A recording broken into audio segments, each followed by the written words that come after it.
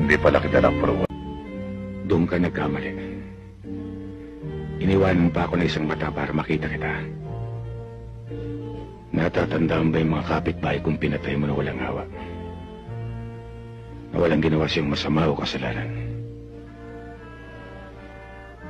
Kasing lamig ka pala ng bangkay kung pumatay. Baka naman iniisip mo na kaya mo magtago sa organisasyon habang panahon. Hindi ako nagtatago. Paano magtatago isang taong alam nilang patay na?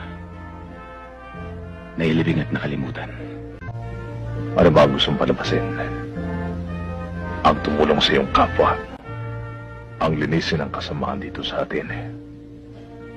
Ang kasamaan ay mananatili. Kung ang kasamaan ay mananatili, di ba dapat nasikapin na linisin? Di ba dapat bawasan? Tulad ng gagawin kong pagbawas sa iyo ngayon.